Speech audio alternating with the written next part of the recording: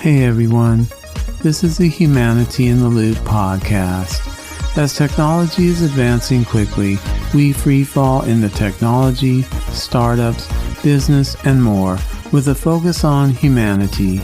But before we get started, the podcast has been created for entertainment and educational purposes only, and nothing in the content should be taken as investment advice. To see the full disclaimer, go to humanityinintheloop.gtzt.xyz. Again, that is humanityinintheloop.gtzt.xyz. So let's get started, and we hope you enjoy this episode.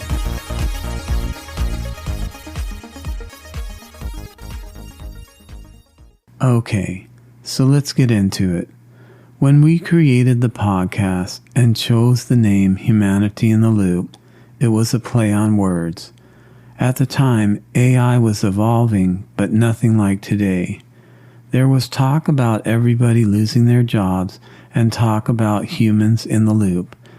In the last few years, as generative AI has been unfolding, the term human in the loop has not been in the mainstream much.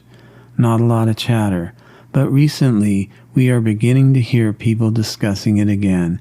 It has always been there, but it just seemed to dive like a submarine, and now it seems the submarine is surfacing again. And the talk of the workforce being wiped out by AI comes up here and there. But earlier this year, 2025, we heard a lot of talk about companies trimming their workforces and releasing statements saying they would be using more AI. But recently, we have been hearing talk of companies backpedaling, saying they may have overestimated AI on a productivity level and that they underestimated humans' ability when it comes to productivity. When it comes to AI, there is a lot of moving parts. On an internal level, when it comes to businesses, there is definitely the possibility of disruption in the workforce. But also, there is the opportunity to be the humans in the loop. It has always been left in the hands of the workforce to get an education or to educate themselves. Not much has changed on that level, but AI is also revolutionizing education as we know it. The amount of information at our fingertips is astonishing. We think that folks who are being technophobic in relation to AI could find themselves on the wrong side of history. Like so many others over the last 200 years, as many technologies unfolded, technophobia and fear could also hinder people from using AI, which could possibly affect their ability to be part of a competitive employment landscape. At this particular time in history, it seems it will be way too premature to underestimate humanity and its ability to use technologies that are unfolding to their advantage and thrive. We also think some people might also be underestimating humanity's role when it comes to AI. There is definitely open source and free AI software, but a lot of AI companies are eyeing big profits when it comes to AI. But as of 2025, in the fourth quarter, for the most part, the business model is software as a service, SaaS.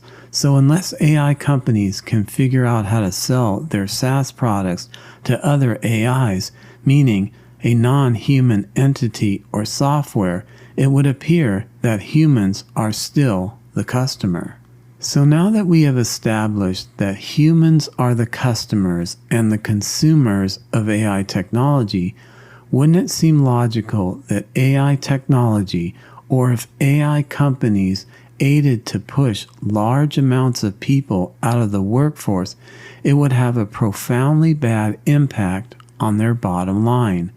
So the math doesn't add up when it comes to AI devastating the future of work.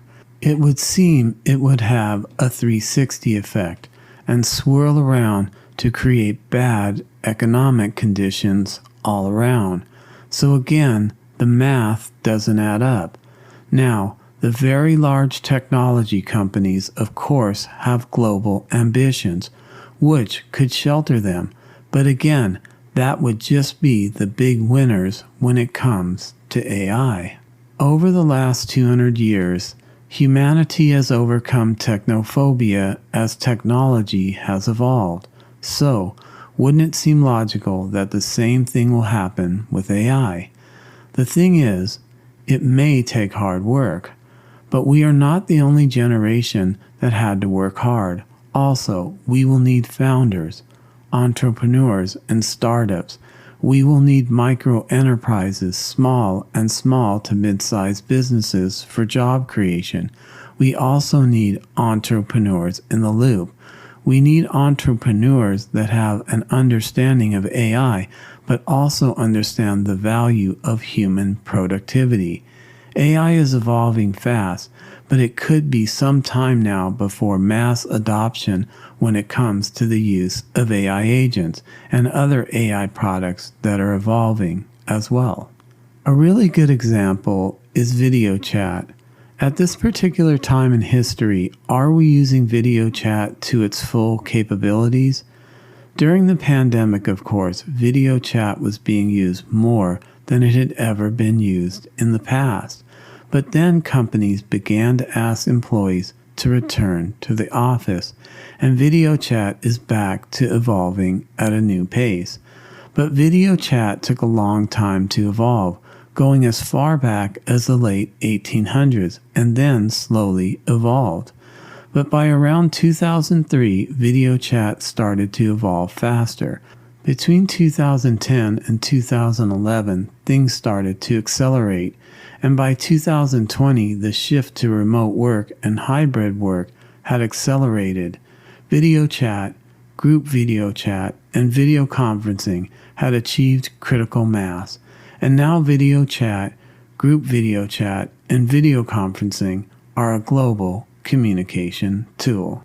There is a lot of moving parts when it comes to generative AI and AI in general.